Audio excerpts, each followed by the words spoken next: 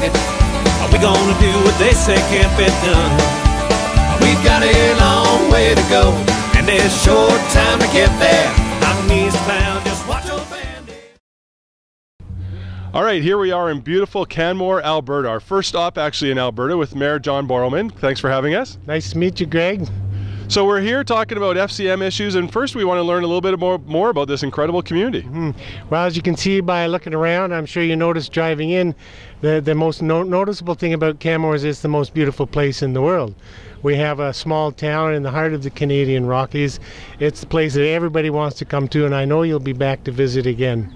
I think I will be. It is absolutely stunning around here. Can you tell us a little bit, we're talking about infrastructure issues, we're talking about best practices from a whole across the country perspective. What are some of the challenges that you've had to overcome here in Canmore?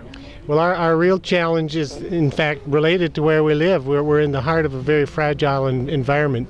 We're in a tight valley. We have wildlife concerns. We have bears and cougar and wolves coming through the valley. People want to live here. So our primary challenge is always related to development and how to protect the environment as we allow development to occur.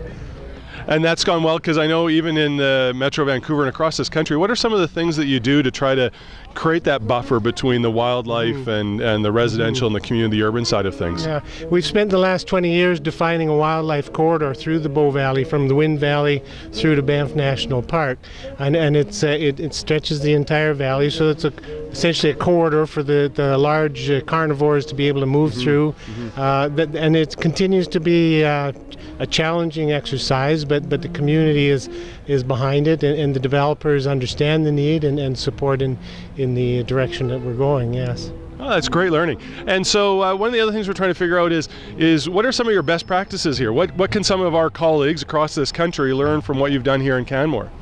Well, to be honest, I think it's the environmental issues that we take the most pride on.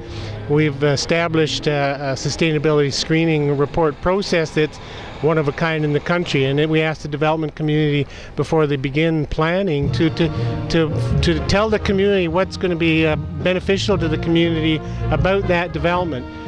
We continue to have conflict with the development community about that, but from a municipal perspective, I would say that's a best practice.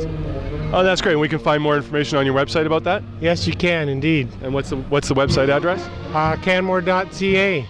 Okay, so there's music going on here in the background. Can you tell us what's going on here today in Canmore? Today we're having a welcoming reception for our local Olympic and Paralympic athletes. Canmore is the home to the Canadian biathlete and Nordic ski teams. Oh. So we have a contingent of about 20 Olympic athletes here in Canmore, really? Which is actually more than 40% of the participating countries in the last Olympics.